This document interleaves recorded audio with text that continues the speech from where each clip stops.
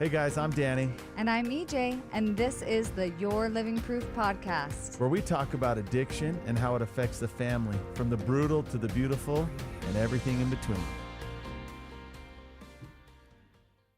Hey everybody, welcome back to another episode of the Your Living Proof podcast.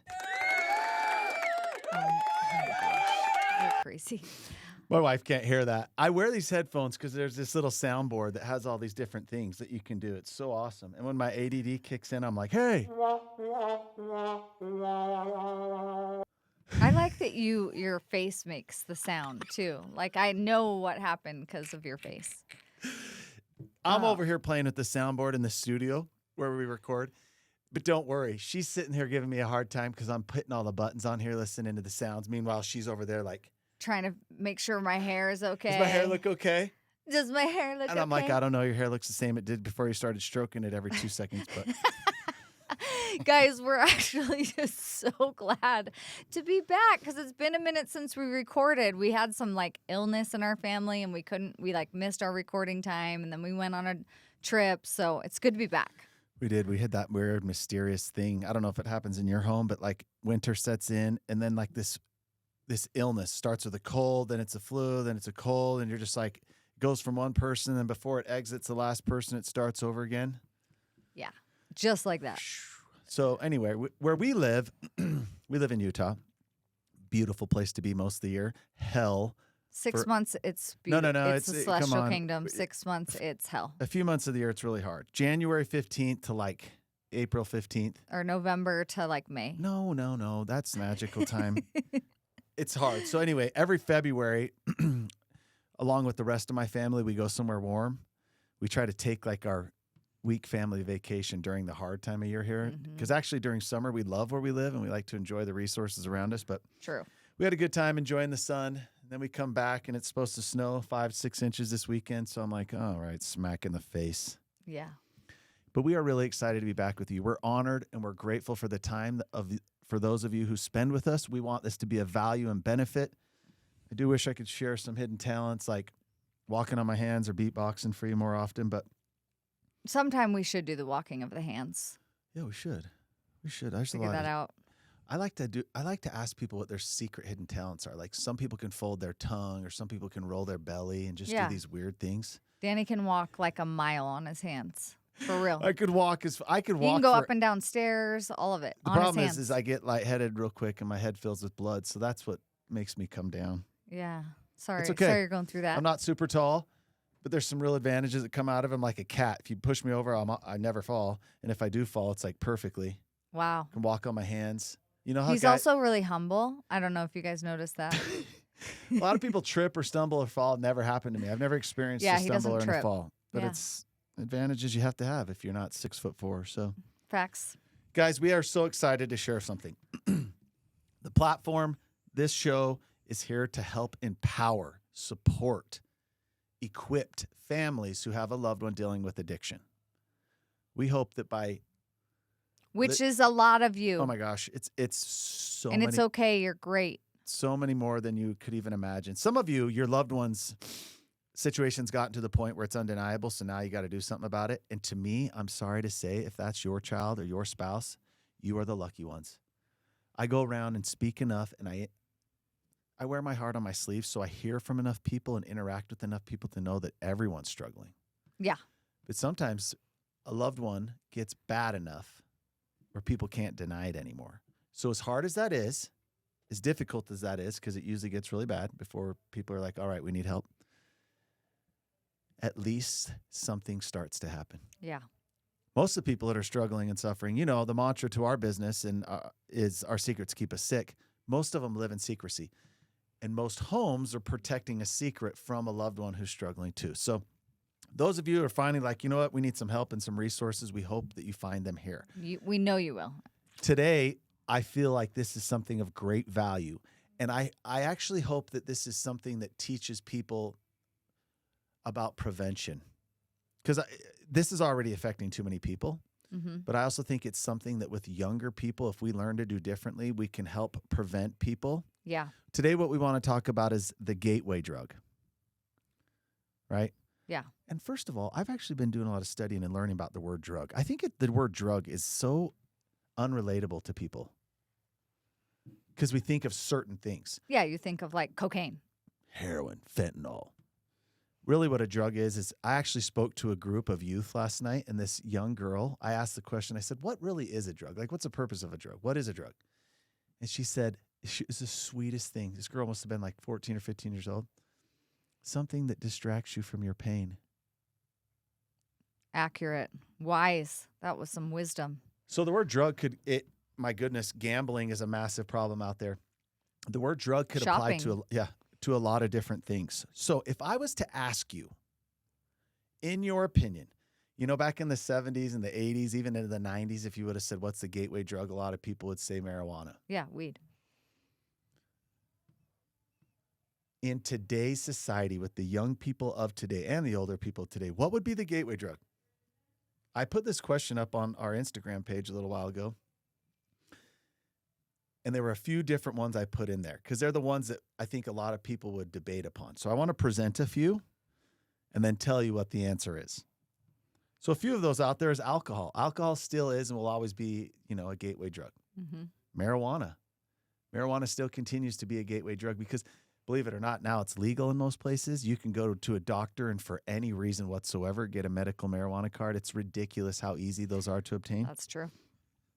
Adderall. Offensive as that may be to some people who use it the right way, the abuse of Adderall is an epidemic. Yeah. And it's manifested in all the shortages around the country. If you have someone in your life taking Adderall, I'm sure you've experienced it recently where you call and they're like, we don't have any. We don't have any. It's even posted like on the window of all pharmacies. It's like, hey, if you're coming here for Adderall, we are out. Yeah. And there's even articles that are coming out that it's going to be even worse. But that could be one. And again, it's because people are abusing it. They're giving it to far too many people who don't need it. When you look at statistics, right? If you were to go to search this on your own, statistics are baloney. And I just want to get that out on the table right now. When people are looking up the statistics for these behavioral health things, addiction, substance abuse, the only thing that's documented or the statistics that you're looking are people that what? Yeah, went to the hospital. Hospitalized, arrested. Or to the doctor or something like that. It's been documented, and now there's like documentation of this. Where do 98% of addictions lie? Behind closed doors. No one knows. In secret. Yeah. No one knows. So when you're looking for statistics, they're never going to be accurate. Here is the gateway drug.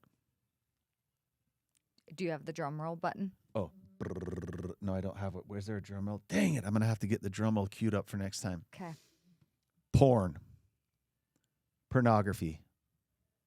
Which turns into sex addiction. Now, I say that with full confidence, having spent years in the trenches with people. If you are under the age of 45, maybe it's even 50 years old, it is porn that has pushed people and down this path where now it's a mess. I think it would be even safe to say, as time goes on, each day more and more, we're realizing that that gateway drug might actually be social media, because that's the biggest driving force, right? Yeah. Like if you're looking at the funnels that drive them down, porn is what's actually taking people and crossing them over this bridge to unknown territory quicker than anything else. But what's pushing people into porn? Social media. Social media. Yeah. In small little ways, planting those seeds. So I don't want to get off on that subject. But for younger people, anyone really under the age of 50, and I would say over that, but anyone under, that is, for the majority of people, vast majority, that is it. Yeah. So I'm stoked that we're talking about this topic because there's literally I feel like no one is unaffected by this. And really, it is a worldwide problem. Like, this is not just like in the United States we deal with this. This is a global issue. It affects every segment of society, not just, one class of society. And even if you don't struggle with porn or someone in your house doesn't struggle with porn, you're still affected by the consequences of the massive porn consumption in this world. Amen. The cultural consequences of that we are all subject to is, in some way, is the sexual violence. I mean, how many news articles, how many people do you know have been assaulted? I mean, just people that you know. So sexual and again, violence. on that, I'm going to chime in. Very rarely do they make the news. No. Oh, no. So the majority of them are what happens to them? Shh, hush, hush. Right. They aren't talked about. Right. So sexual violence, one-sided pleasure, objectification of women and children, sadly, child abuse, incest, racism, the lack of consent, unequal power dynamics, and dehumanization. Pornography consumption fuels the global sex trafficking epidemic that we have. 100%. 100%. It is what drives it all. Can I say something on that note? Yeah. There's no difference in the evolution of a sex addiction as there is with a drug addiction or alcoholism, for example. You may just kind of drink a little too much and then all of a sudden you're drinking a gallon of vodka a day. Or you might start out abusing pain pills that your doctor gives you for a valid reason. And then later on it progresses into heroin or fentanyl. Yeah. When you talk, this is where people disassociate this and can't really relate. When you're talking about sex trafficking, violence, those type of, the men doing this and women doing this, they didn't start there. Right. They started looking at things on social media inappropriate. Then they started looking at porn. And the progression of porn, I've had an issue with it. I've worked through an issue with it myself. But oh my gosh, the hundreds of people I've worked with, it's the same progression. Right. In the beginning, it was like consensual stuff. It could just be a girl taking her clothes off. And then all of a sudden it's two girls taking their clothes off. And then it's people having sex. And then it always progresses. Right. So when you talk about these people that are sex trafficking and doing these heinous crimes, it was the progression. All addictions are progressive. Right. So it started somewhere. Yes. And then it always ends up leading to these places where they either do this stuff or they start finding other ways to numb from the pain and the darkness brought on by porn. Yes. Amen. It's I'm really progressive. glad you all said points. that. And just so you know, there's a website called Fight the New Drug, and they also have an Instagram handle, and they're awesome. They do so much great work. But they have actually a documentary series that they did. It's a 3-part series about the effects of pornography on. It's called Brain, Heart, World, and they take each section and do like a little documentary on each part. So I highly recommend. It's free. You can just stream it. If you go to their website, you can directly just start watching it. It's awesome. Highly, highly recommend it. But here's the thing. The truth is that, like we alluded to earlier, there are no real statistics on how deeply the pornography epidemic has absolutely wrecked this world and how it's affected people. Why? Because it's incalculable. It's incalculable how many marriages have been torn apart because of someone's pornography addiction or sex addiction. Or the millions of boys that are failing to thrive, that are at these ages where they're supposed to be going off on, the military or a mission or college or something. Right.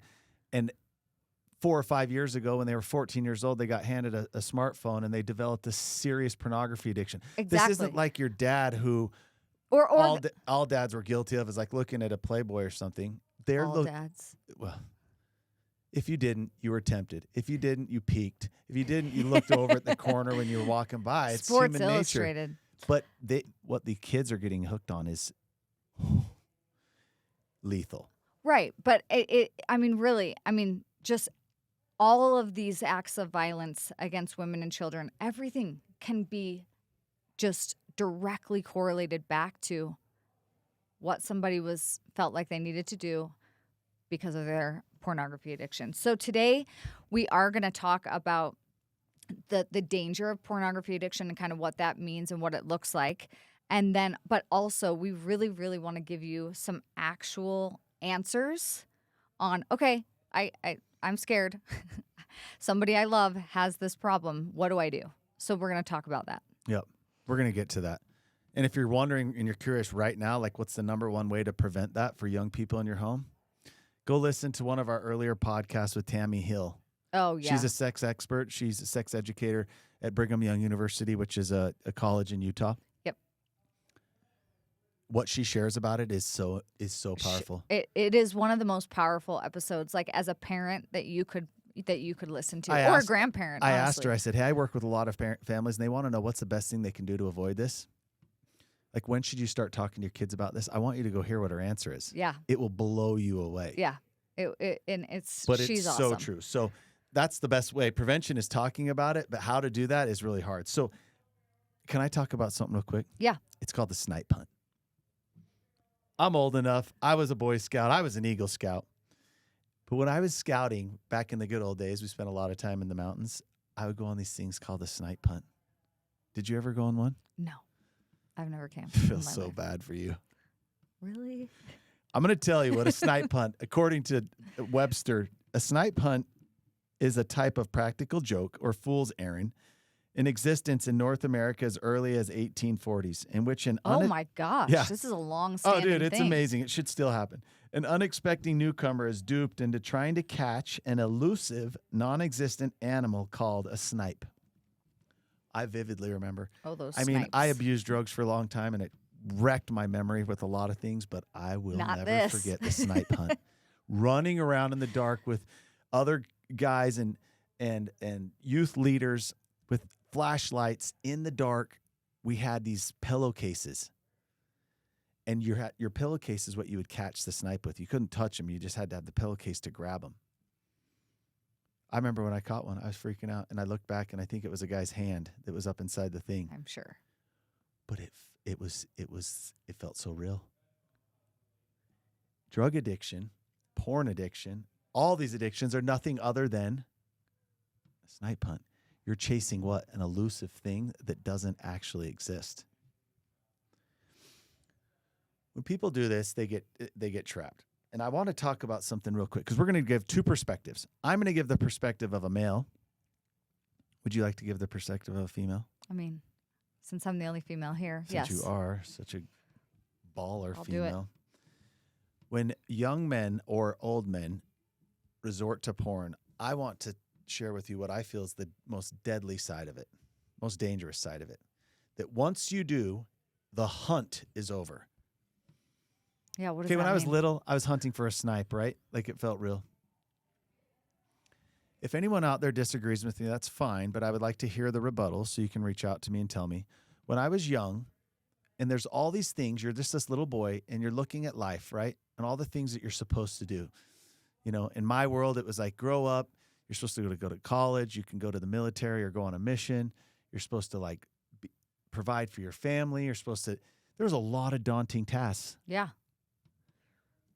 What was my single biggest motivator?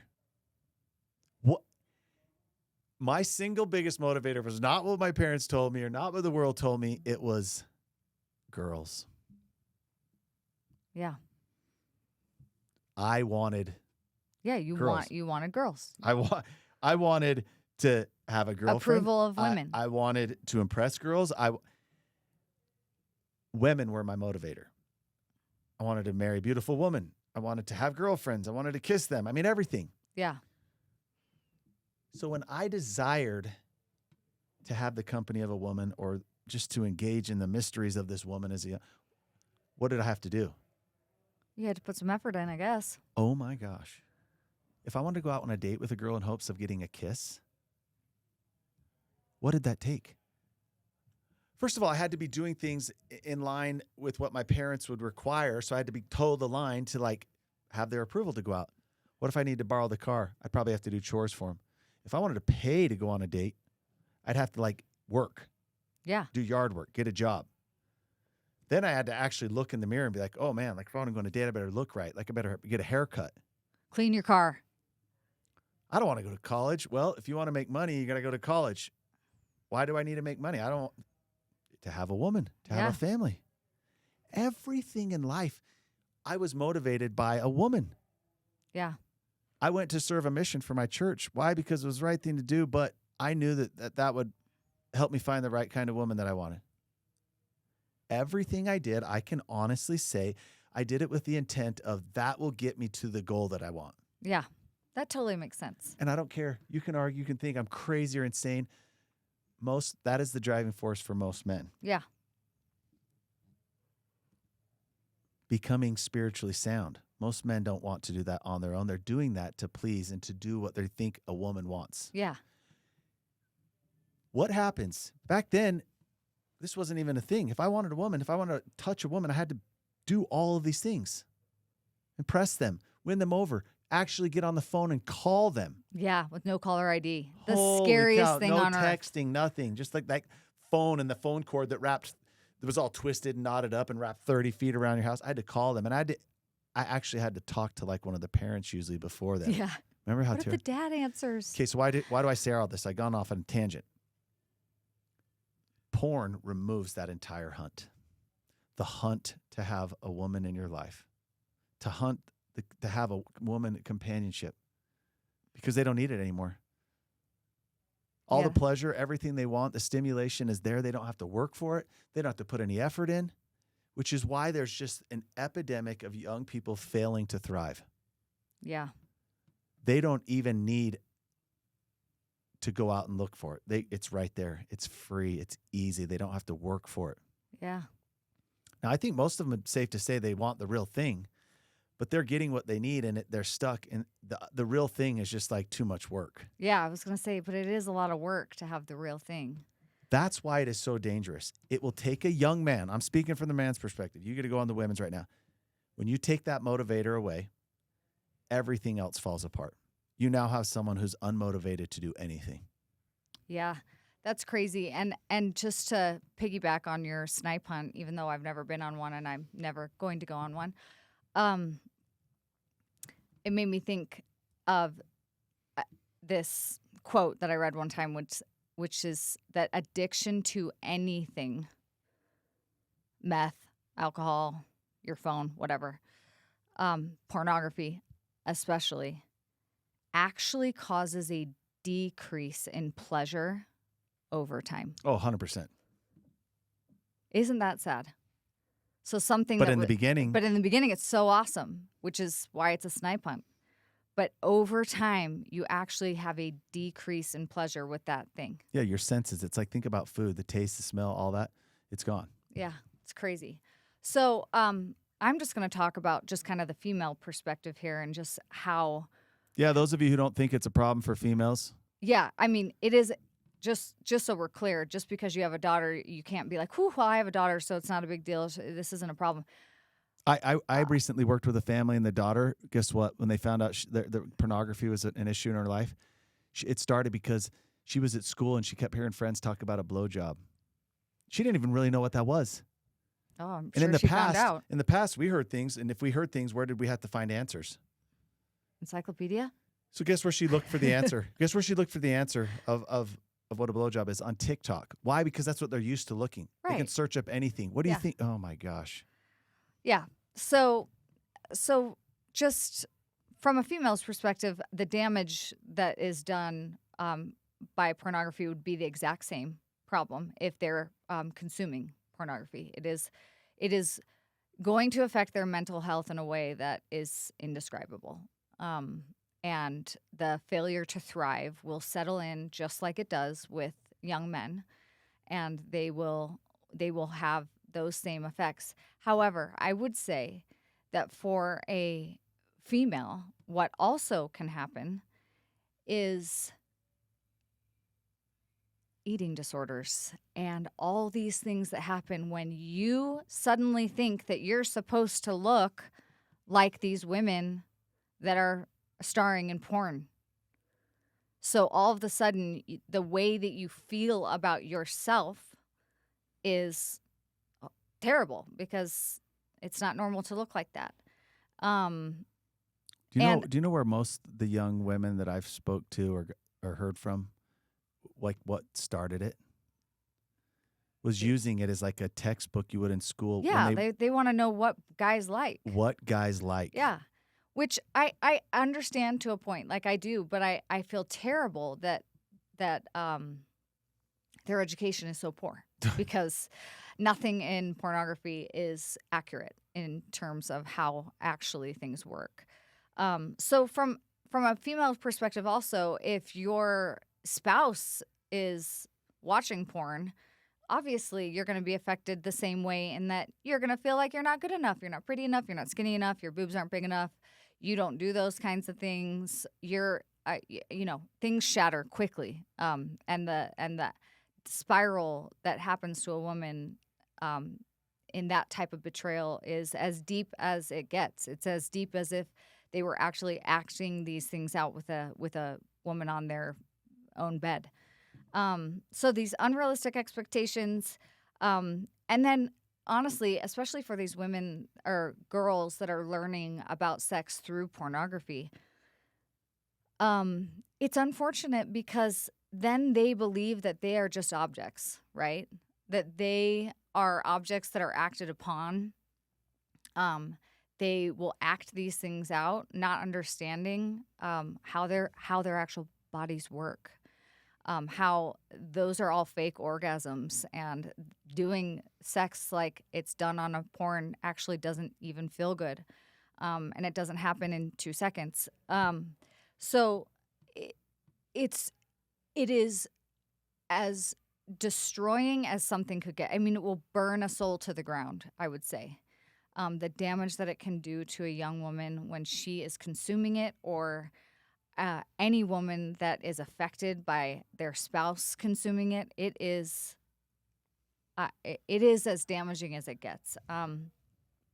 Also, I can't tell you how many women that I've talked to that are married to someone who actually can't have sex with them because their porn addiction got so out of control that now having sex with a real woman is not, it doesn't work.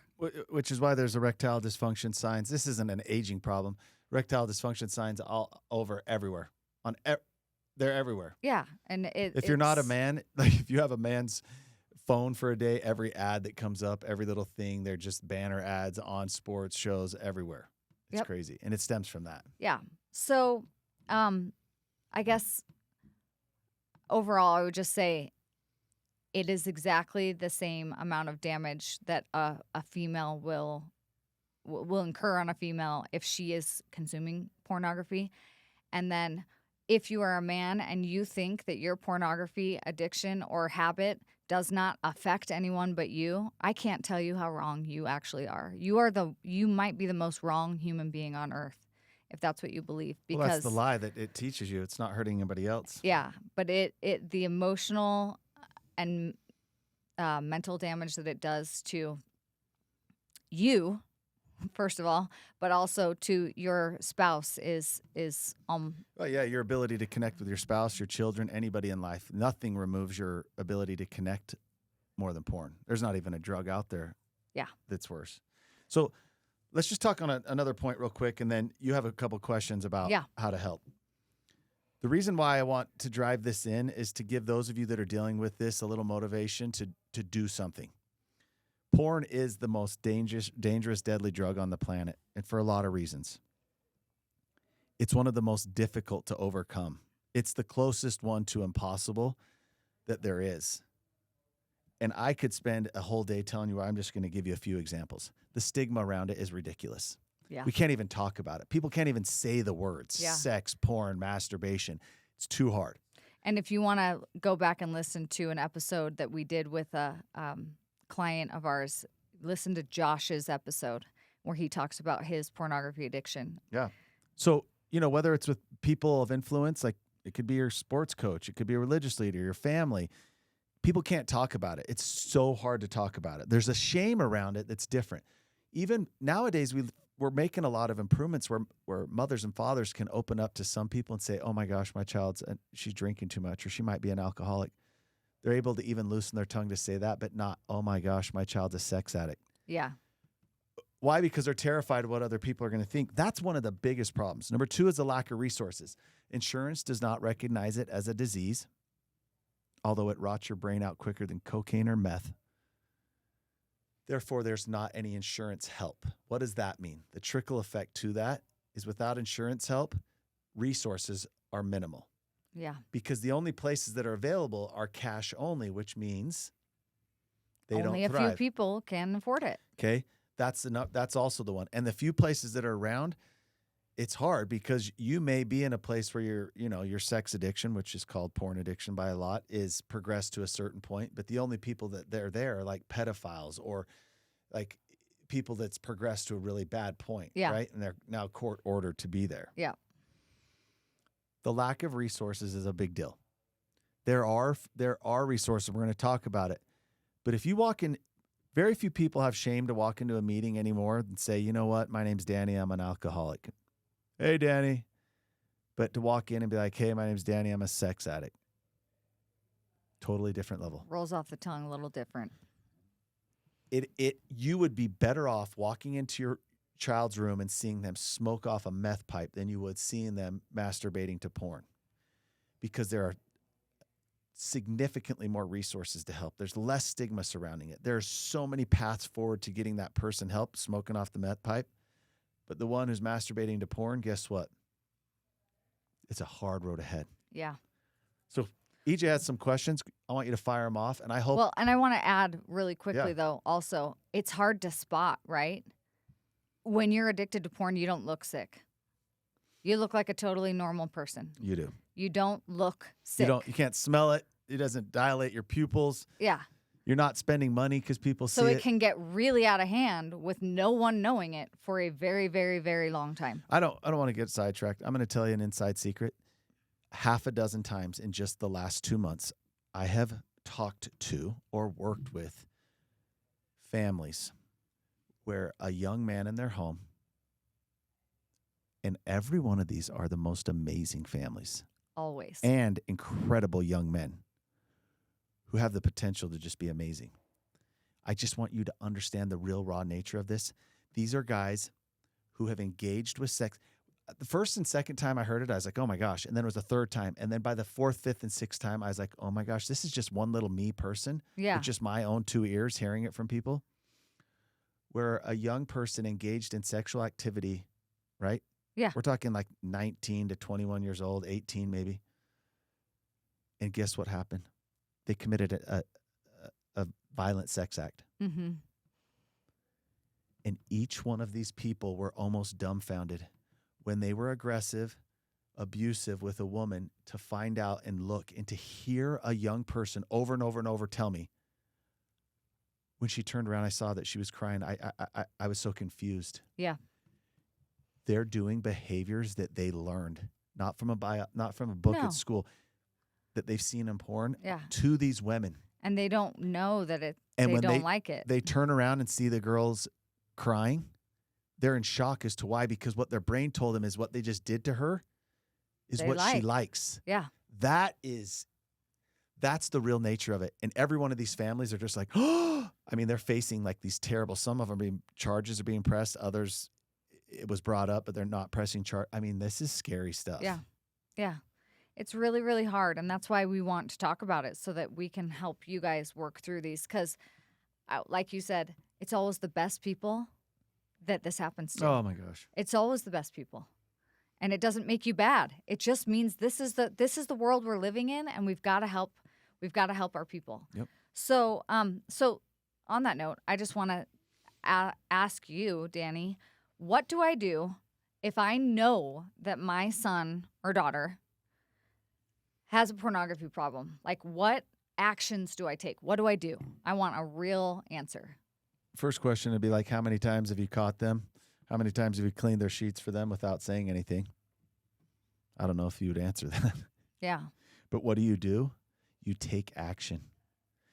You give up immediately on being the first person in the history of mankind where this just magically goes away. You give up the notion of your pride that you've taught them better, that they know better, that they have better morals, that they've been given better examples, and that they're going to just figure this out. The very first thing you do is you go to your spouse and you talk about it. And then you talk with your child. And if it's a difficult thing for you, then you need to find resources. The number one thing would be bringing it up and setting some sort of boundary. Mm-hmm. I don't care if you have to enforce it with a threat or an incentive, but is getting them to do group therapy. Everybody's first response is this: go see the priest, go see your pastor, go see your bishop. That is the very last thing and the worst thing. It's the common response for everybody, and it's so backwards. It's so ridiculous. Don't do it. Don't do it. Those poor people, they're not qualified. They have so many people coming at them with so many different problems. It's impossible. You're putting them in a losing situation. Plus, the person dealing with the issue, that's a big, scary thing. Yeah. Don't just go to a therapist. That's everyone else's safe bet. Oh, I'm just going to go get him a therapist. Let him talk to him. It's too comfortable. Where they need to be is in group therapy, and there's abundance of resources. You'd be blown away if you wherever you live, if you looked up how many recovery meetings there are for people dealing with sex and pornography addictions. It's crazy. Yeah. Yeah. In and out of different churches and organizations on their own. Most faiths, like, there's a lot of good Christian churches, the LDS church, that have like abundance of meetings and resources. Group therapy. Why? Because it's uncomfortable. Because you're forcing them to go into a situation. I don't care if there's 3 people in the room or 30. And saying out loud to people that you have this issue. Yeah. Exposing it. It's easy to go into an office of a lady and sit on a couch in a safe place that she's not going to ever tell anyone. Yeah. But that does not get people the most. So that's what it is. Yeah. Don't hide from it. Don't turn your eyes from it. Talk to your spouse, and you have to enforce some sort of boundary, which is getting them to do this whether they want to or not. And they're not going to want to do it, so you're going to have to enforce it. So what if it's your spouse? What would you say for spouse? Same thing. And with spouse, I would even be more confident in responding. If you think that they're going to just engage in casual porn and it's going to stay right there and it's never going to transition to anything else like alcohol or hardcore porn or violent, you are a dreamer. So what I would say is do something immediately. Demand that they go get support. Again, what's the best form? Group support. It's the most uncomfortable. Not go see it. Now, adding a therapist for individual therapy works in conjunction with group therapy. I was going to say that because 100%. Yeah, and we have a really awesome resource for that I'll link in the notes. His name is Jeff Steuer, and he specializes in like betrayal trauma and working with individuals that struggle with pornography addiction, and he's amazing. Yeah. But I agree. It has to be both. It has to be both. It cannot just be one. Nope. When you play it safe with just a therapist or a religious leader, they never do. If you go met with I've met with some pastors and bishops, and the amount of them that have people come to them that see progress is so little. Yeah. Most of the time they meet with them over and over. It's the same problems every week, the same result, and then all of a sudden they just don't hear from them. Yeah. Because it gets progressed, it moves to other things, and they don't want to talk about it anymore. Yeah. So that would be my answer. Real. I hope that helps. It does. Is there anything that you would say do not do? I think you might have just answered that. But anything else that do not say or do to somebody that has this problem? 2 things. Don't bury your head in the sand, and don't downplay it. Here's something that no one wants to hear. Look at your social media, like your Facebook or Instagram. There's a feed. Most of the time when you like things, it'll start to keep track of what those are, so that when you're looking through your feed, it's going to show sports stuff or hunting stuff if you're a hunter, or fishing stuff or sewing stuff or quilting stuff. The way porn works nowadays, there's a feed. So if you are I'm going to get back to my point here. Everyone thinks, oh no, they're not doing that stuff. They're not looking at the bad stuff. Yeah. If they're seeking out consensual, like man on woman porn or women taking their clothes off, they're going to see it. But what does it do? It's the same exact thing that these social media pages do. They show you what you wanted to look for, but what are they also doing? They're going to up the ante. They're introducing other things. Yeah. Little boop. So all of a sudden these little videos that they're not looking up are showing up, and they're seeing them, and those impressions are going into their brain. Yep. Of things that are crazy. And I've sat with enough young men that have now gotten serious charges where it's crossed over to age inappropriate stuff or violence. very few of them ever were aroused by that. Guess what it was? They had engaged in all this stuff. There were certain things that aroused them, sexual activity that aroused them. Guess what? Guess why they watched this? Why they partook of it? It was just a stimulation. It was almost the same as like if you watch two guys fight outside your high school and you're younger and you're standing in that circle watching people punch each other and like you shouldn't. You want to look away, but you can't look away. Yeah. That's the same effect. It's this visual stimulation. They're not doing it to like for sexual pleasure. Yeah. It's just stimulating their mind. Yeah. They just it's can't like, look away. yeah, it's exciting. So, well, I hope I didn't talk in circles. Do not downplay this and do not ignore this. I really, really like that. Look at them as if you caught them doing it, as if there was a glass pipe and they were smoking meth or heroin. Yeah. Yeah. Because it's worse, to be honest. How do I support someone who's recovering from a pornography addiction? Like, what's You get support yourself. There's Al-Anon groups, Living Proof program. There's a lot of family programs that can help you get support to work through it because you've been affected by it. It's all the things you listed. If you're a woman, you've been betrayed, you've been beaten down, you've been neglected, all those things. Yep. Go get yourself support. But you enforce and demand that they get some. And if they are not willing to get some help, then you're going to have to look at some very serious consequences and boundaries because you're headed down a path of destruction. That's awesome. And amen to our program has such an incredible support group for women in these situations. And it is honestly so powerful. Because if you bring it up and you tell them, like if it's your husband, hey, you're going to have to go get some help for this or I'm out. Yeah. They don't. They're going to find a million reasons to manipulate you. So do not wait for them. Go get yourself some help and support. Yep. Remove yourself from the insanity, the blame, all those crappy things holding you hostage and get to a stronger place. Yeah. Because whether they are willing to do it then or if it's going to be down the road, you get help and it changes everything. Yeah. So if you're like, oh, does your program help people that have pornography addiction? Yes. Yes. Yes. Yep. The answer is yes. Okay. Well, what do you believe? Do you believe that somebody can recover from a pornography addiction?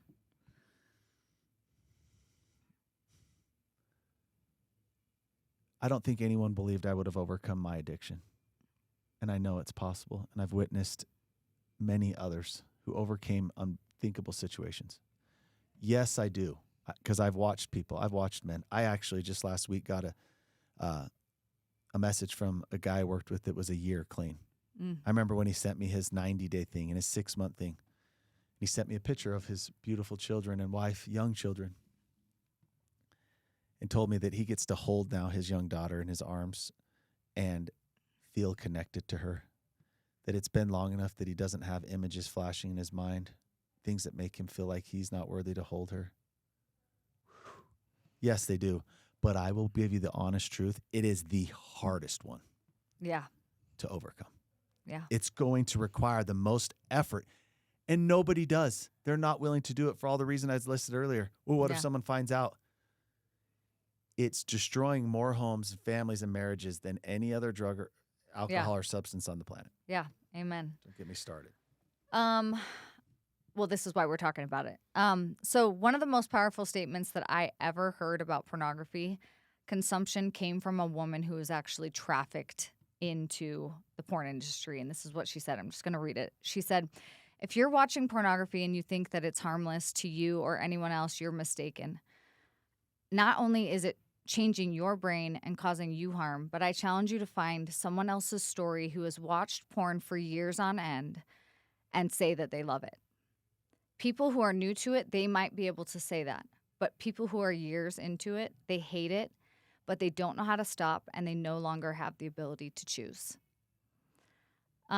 This is why I wanted to talk about it too, is I think it's the gateway drug of this generation because it is the most cunning thing on the planet. And it attempts to destroy the most sacred, godlike thing about you, which is your ability to create, to connect with another soul, with the end result being creating another human being.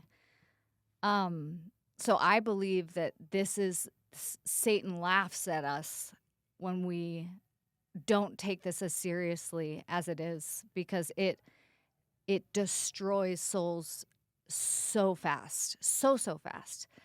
But if you love someone who struggles with this, I want you to feel hope about this. I do. Because I, like Danny, I believe wholeheartedly that this is something that somebody can overcome if they want to.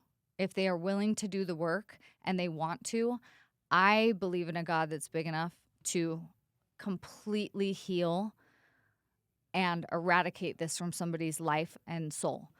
And I want to just share a quick quote that I read this week that I stumbled upon. It's old. This is 40 years old. This speech was given 40 years ago.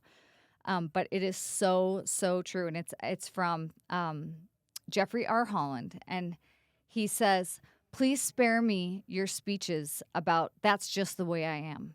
I've heard that from too many people who wanted to sin and call it psychology. You can change anything you want to change, and you can do it very fast. That's another satanic sucker punch, that it takes years and years and eons to eternity to repent. It takes exactly as long to repent as it takes you to say, 'I'll change,' and mean it. Of course, there will be problems to work out and restitutions to make. You may well spend, indeed you better spend, the rest of your life proving your repentance by its permanence. Do not misunderstand. Repentance is not easy or painless or convenient. It is a bitter cup from hell. But only Satan, who dwells there, would have you think that a necessary and required acknowledgement is more distasteful than a permanent residence. Only he would say, 'You can't change. You won't change. It's too long and too hard to change. Give up. Give in. Don't repent. You're just the way you are.' That, my friends, is a lie born of desperation. Do not fall for it." So sorry I got emotional there, but I am married to a person who has changed immensely, who struggled with pornography and many other things that controlled his life, and he has changed. So if you love someone who's dealing with this, I'm sorry. And hopefully today we've given you a lot of resources and help, but do not lose hope for that person. There's hope for that person. And our program fully supports people and families dealing with this issue. That was beautiful. Thank you. I want you to close with the serenity prayer, and I like when you say it better than me, but the last thing to say is I did overcome a lot of things, and it was very hard. I actually overcame drugs and alcohol, like the worst addiction, like to heroin is where it led me to. But it was harder to overcome pornography because I couldn't have done it had I not learned all the same practical things I learned in recovering from these other things, because there wasn't a roadmap for it, and there still really isn't. Yeah. So everything you read about forgiveness is true. But where we've come as a society to hopefully start learning more and more, nothing will happen. You will never receive that healing, the forgiveness, if you don't get help. The dozens of men I've seen overcome terrible sex addictions who are now connected in living their life in the most beautiful, authentic way, all finally got humbled to ask for help. And most of them, it's because they got caught and someone required that they reach out and started getting help. Yeah. As soon as they did, they wanted it for themselves. So don't wait. Don't try to do this on your own. Don't try to keep this a secret in-house. You've got to expose the issue, get some support in many different forms, and then the forgiveness and the miracles happen. I love that. So I will now read the serenity prayer for families. God, grant me the serenity to accept that I cannot change other people, the courage to change the person that I can, and the wisdom to know that it is me. We love you guys and hope you have a great week. Thanks.